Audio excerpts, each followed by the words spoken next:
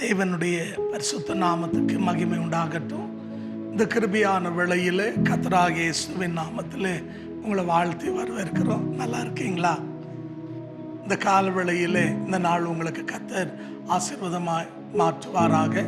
என்னோடு கூட பரிசுத்த வேதாகமத்தில் மத்தேயு எழுதின சுவிசேஷம் 5ஆம் அதிகாரம் அதில் 8ஆம் வசனத்தை தேவ மகிமைக்காக நீங்கள் வாசித்து பாருங்கள். ஆண்டவராகிய இயேசு கிறிஸ்து இந்த மத்தேயு 5ஆம் அதிகாரம் 6ஆம் அதிகாரம் 7ஆம் அதிகாரம் மலை மேல் பண்ணப்பட்ட பிரசங்கம். இந்த பிரசங்கம் அன்பான தேவ ஜனமே, உலகத்தில் இருக்கிற பெரிய பெரிய தேச பிதாக்களை கவர்ந்தது அல்லாவிட்டால் மாற்றினது இந்த மலை பிரசங்கம். அதில் அன்பான தேவ ஜனமே, இன்றைக்கு உங்களோடு கூட ஒரு வார்த்தையை பகிர்ந்து கொள்ள விரும்புகிறேன். என்னோடு மத்தேயு எழுதின சுவிசேஷம் 5ஆம் அதிகாரம் 8ஆம் வசனத்தை வாசித்து பாருங்க. ஆண்டவர் பல காரியங்களை சொல்லிக்கொண்டே வருகிறார். சொன்ன பின்பு இந்த 8ஆம் வசனத்துக்கு வரும்போது சொல்றாரு, ஒரு மனுஷன் தேவனை காண வேண்டுமானால் அவன் யாராய் இருக்கணும், அல்ல தேவன் பிரியமான தேவ ஜனமே, அந்த மனுஷனிடத்தில் எதிர்பார்க்கிற தகுதி என்ன என்பது குறித்து இந்த பகுதியில் பார்க்கிறோம். 8ஆம் வசனம் சொல்லுது, இருதயத்தில் சுத்தமுள்ள மனுஷன் பாக்கியவான், அவன் தேவனை தரிசிப்பான் என்று சொல்லி. அன்பான சகோதரனே சகோதரியே, தேவனை ஒரு மனுஷன் தரிசிக்க வேண்டுமானால், அல்லாவிட்டால் தேவனை ஒரு மனுஷன் சந்திக்கணும்னா அவன் இருதயத்தில் சுத்தமுள்ளவனா இருக்க வேண்டுமா? காரணம் என்ன அப்படின்னு கேட்டீங்கன்னா, நீங்கள் 1 பேதுருக்கு எழுதின நிருபம் 1ஆம் அதிகாரம் 14-15 வசனம் வாசித்து பாருங்க. உங்களை அழைத்தவர் பரிசுத்தராக இருக்கிறபடினாலே நீங்களும் பரிசுத்தமா இருங்க என்று சொல்லி. அப்போ ஒரு மனுஷன் தேவனை, அன்பான தேவ ஜனமே, சந்திக்க வேண்டுமானால் அவன் பரிசுத்தம் உள்ளவனா இருக்க வேண்டும். நம்ம உலக பிரகாரமா எப்படி வேணாலும் வாழ்ந்து, எப்படி வேணாலும் ஜீவித்து, என்ன வேணாலும் செஞ்சுட்டு நான் ஆண்டவரோடு இருப்பேன்னு சொன்னீங்கன்னா கண்டிப்பா அன்பான தேவ ஜனமே, நாம் ஆண்டவரை என்ன பண்ண முடியாதுங்க, பிரியமான வஞ்சிக்க முடியாது. காரணம் என்ன அப்படின்னு கேட்டீங்கன்னா, தேவன் நம்மிடத்துல எதிர்பார்க்கிறது என்ன அப்படின்னா, அவர் எப்படி இருக்கிறாரோ அப்படியே நீங்களும் நானும் இருக்க வேண்டும் என்று தேவன் எதிர்பார்க்கிறார்.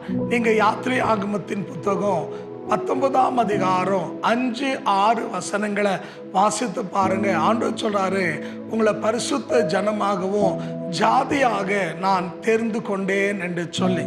அப்போ அன்பான தேவ ஜனமே, நீங்களும் நானும் பரிசுத்தமாய் வாழணும்ன்றது தேவனுடைய விருப்பம். நம்ம உலகத்தில் இருந்தாலும் உலகத்தினால் நாம் என்ன செய்யப்படக்கூடாது, கரைப்படாதபடி நாம் காத்துக்கொள்ள வேண்டும். நீங்கள் என்னாகமத்தின் புத்தகம் 23ஆம் அதிகாரம் அதில் 9ஆம் வசனம் 10ஆம் வசனம் வாசித்து பாருங்க. அங்கே பிழையாம் தீர்க்கதரிசி இஸ்ரவேல் மக்களை பார்க்கும்போது அவன் மலையின் உச்சியில், மலையின் குன்றுகள்ல இருந்து பார்க்குறான். அந்த ஜனங்க பூமியை நிரப்புனது போல எல்லாரும் கூடாரங்களிலே இருக்கிறாங்க. ஆனால் அவங்கள பார்த்து அவன் சொல்லும்போது என்ன திரும்ப சொல்கிறான், எந்த ஜனத்தோடும் எந்த ஜாதியோடும் சேராம தேவனுக்கு தனித்தே வாழுகிற ஜனங்கள் என்று வேதம் சொல்லுகிறது. அப்போ அன்பான தேவ ஜனமே, நம்ம உலகத்தில் இருந்தாலும் நம்ம உலகத்தினால் என்ன செய்யப்படக்கூடாது, கரைப்படக்கூடாது. ஏன்னா தேவ வசனம் 1 கொரிந்தியர் 7ஆம் அதிகாரம், மன்னிக்கணும் 2 கொரிந்தியர் 7ஆம் அதிகாரம் நீங்க முதல் வசனத்தை வாசிச்சீங்கன்னா அங்க ஆண்டவர் சொல்றாரு, உங்களுடைய சரீரத்திலும் ஆத்மத்தில் உண்டான அசுசியை நீங்கி நீங்க சுத்தமா இருங்க என்று சொல்லி. அப்போ நம்முடைய சரீரத்திலையும் நம்முடைய ஆவியில தேவன் பரிசுத்தத்தை எதிர்பார்க்கிறவராக இருக்கிறார்.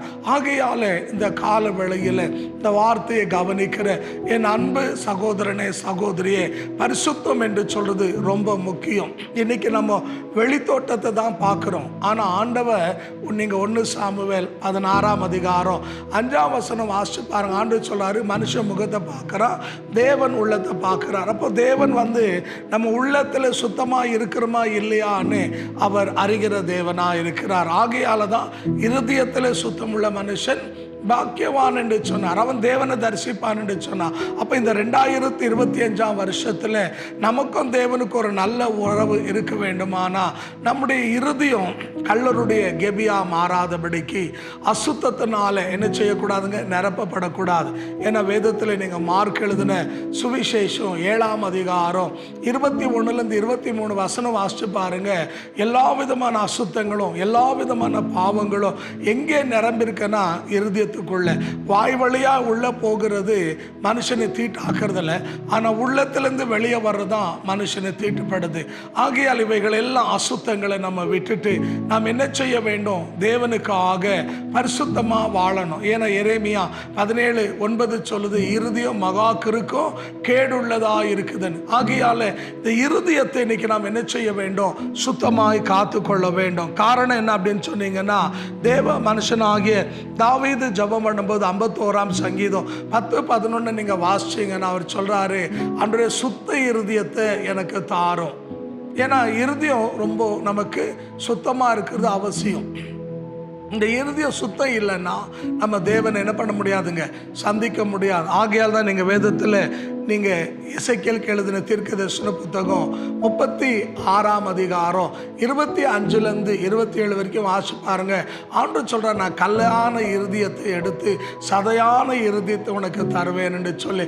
அப்போ இன்றைக்கு நம்முடைய இருதயத்தில் தேவையில்லாத என்னங்க, தேவனையும் நம்மையும் பிரிக்கிற எல்லா அசுத்தத்தை நம்ம என்ன பண்ணணுங்க, வெளியேற்றணும். நம்ம எப்படி வாழணும்னா கடல்ல இருக்கிற மீனை போல வாழணும். பாருங்க, மீன் உப்பு தண்ணியில் தான் இருக்குது, ஆனால் அதுக்கு உப்பு ஒட்டுறதில்லை. நம்ம உலகத்தில் இருந்தாலும் உலகத்தால் நம்ம கரைப்படாமல் நாம் என்ன செய்ய வேண்டும், தேவனுக்காக பரிசுத்தமாக வாழ வேண்டும். பரிசுத்தம் இல்லாமல் ஒருவரும் தேவனை தரிசிக்க முடியாது. ஆகியால் தான் 1 யோவான் 3ஆம் அதிகாரம் 2-3 அங்கே சொல்கிறார், பிள்ளைகளே இப்பொழுது நீங்கள் எப்படி இருக்கிறீங்க தெரியாது, ஆனால் அவர் வரும்போது நீங்கள் அவரை போல இருக்கணும்.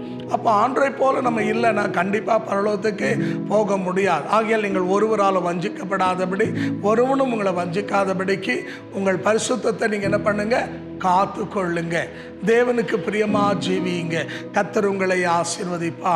இருக்கிற இடத்துல தலைகளை தாழ்த்தி கண்களை மூடி தேவனுக்காக இன்றைக்கு ஒரு தீர்மானம் பண்ணுவோம். ஆண்டவரே, இந்த வருஷத்தில் நான் உம்மை போல பரிசுத்தமாக வாழ என்ன நான் ஒப்பு கொடுக்குறேன், என்னோடு பேசுனதுக்காக நன்றி என்று நீங்கள் கண்களை மூடி தேவ சமூகத்தில் ஒரு தீர்மானம் பண்ணுங்க. இப்பொழுதே தேவன் உங்களுக்கு அற்புதம் செய்வார். உங்களுடைய கண்ணீர்களை துடைப்பார், உங்களுடைய கட்டுகளை உடைப்பார், உங்களுடைய நுகங்களை முறிப்பார், உங்களுடைய வேதனைகளை மாற்றுவார். கர்த்தர் அற்புதங்கள் அதிசயங்களை செய்து உங்களை உயர்ந்த நிலை கொண்டு வருவார். எத்தனை பேர் விசுவாசிக்கிறீங்க? இருக்கிற இடத்துல தலைகளை தாழ்த்தி ஜெபிப்போம். எங்களை கிருபையாய் நேசிக்கிற நல்ல ஆண்டவரே, சமீபத்திலும் தூரத்திலும் இந்த வார்த்தையை கவனிக்கிற என் அன்பு தேவ ஜனங்களுக்காக நாங்கள் ஜெபிக்கிறோம். ஆண்டவரே, இருதயத்தில் சுத்தமுள்ளவன் பாக்கியவான், அவனை தேவனை தரிசிப்பான் என்று சொன்னீரே. அன்றே இன்றைக்கு எங்களுடைய இருதயம் கள்ளருடைய கெபியா காணப்படாம, ஆண்டவரே தேவனுடைய ஆலயத்தை கர்த்தாவே நாங்கள் கெடுக்காம, தேவரீர் எங்களுக்குள்ள நீர் வாசமா இருக்கிறீர் என்பதை நாங்கள் உணர்ந்து பரிசுத்தமாக எல்லா காவலோடு ஆண்டவரே எங்களுடைய இருதயத்தை காத்துக்கொள்ள உதவி செய்யும். உலகம் மாம்சம் பிசாசு அசுத்தத்தினால எங்களுடைய ஆவி ஆத்மா சரீரம் கரைவிடாதபடிக்கு ஆண்டவரே கரை திரையற்ற சுத்தம் ஆண்டு மனவாட்டி சபையா உமக்கு முன்பாக நாங்கள் நிற்கும்படியாக எங்களை ஒரு விசை கூட ரத்தத்தினால கழுவுங்கப்பா. இந்த வார்த்தை கேட்டு உணர்த்தப்பட்டு ஒப்பு கொடுத்து எல்லா தேவ பிள்ளைகளை ஆசீர்வதியும். அவருடைய கண்ணீர்களை தொடையுங்க, அவருடைய துக்கங்களை மாற்றுங்க, அவருடைய சாபங்களை நீக்குங்க, அவருடைய வேதனைகள்லேருந்து அவளை விடுவீங்க. எல்லா அவமானங்களை நிந்தைகளையும் மாற்றி இந்த வருஷத்தில் இயேசுவின் நாமத்தில் அவளுக்கு அற்புதம் உண்டாகுவதாக நாங்கள் ஜெபிக்கிறோம் ஐயா. நன்மை கிருபை இந்த பிள்ளைகளை பின்தொடர்வது செய்யும், வழிநடத்தி காத்துக்கொள்ளும். இயேசு கிறிஸ்துவின் நாமத்தில் பிதாவே, ஆமென் ஆமென். கர்த்தர் உங்களை ஆசீர்வதிப்பார். நான் விசுவாசிக்கிறேன். கர்த்தர் உங்களோடு பேசியிருக்கிறார். ஆகையால் பரிசுத்தத்தை காத்துக்கொள்ளுங்க. இந்த வருஷம் கர்த்தர் பெரிய காரியங்களை செய்வார். இன்னும் நீங்கள் ஆவிக்குரிய வாழ்க்கையில் வளரணும்னா உங்களுக்கு ஜெப குறிப்பு இருந்தால் நீங்கள் எங்களை தொலைபேசியின் வழியாக அணுகலாம், இல்லாவிட்டால் எங்களுக்கு தெரியப்படுத்தலாம். நாங்கள் உங்களுக்காக தொடர்ந்து ஜெபிப்போம். கர்த்தர் உங்களை ஆசீர்வதிப்பார். ஆமென்.